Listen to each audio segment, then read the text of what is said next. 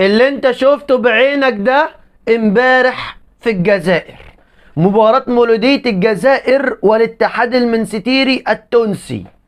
تخيل معايا عزيزي المشاهد، البلد اللي بيقولوا فيها امن وامان، البلد اللي بيقولوا عليها ان الدوري بتاعها الرتبة الخامسة، البلد اللي بيقولوا عليها ان هي بلد مظلومة وان هي المفروض تنظم بطولات افريقية.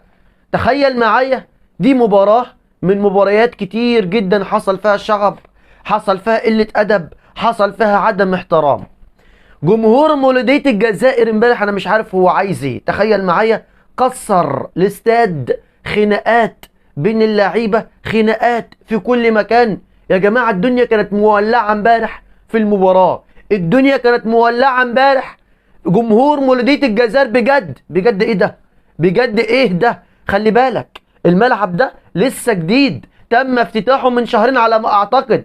كسروا الكراسي، كسروا الكراسي وشماريخ بيرموها في ارض الملعب وغاز وشغل غير طبيعي. ده انت فرقتك فايزه، يعني مولودية الجزائر فايزه 2-0 والجمهور بيعمل كده. طب بتعملوا كده ليه؟ انا عايز افهم بتعمل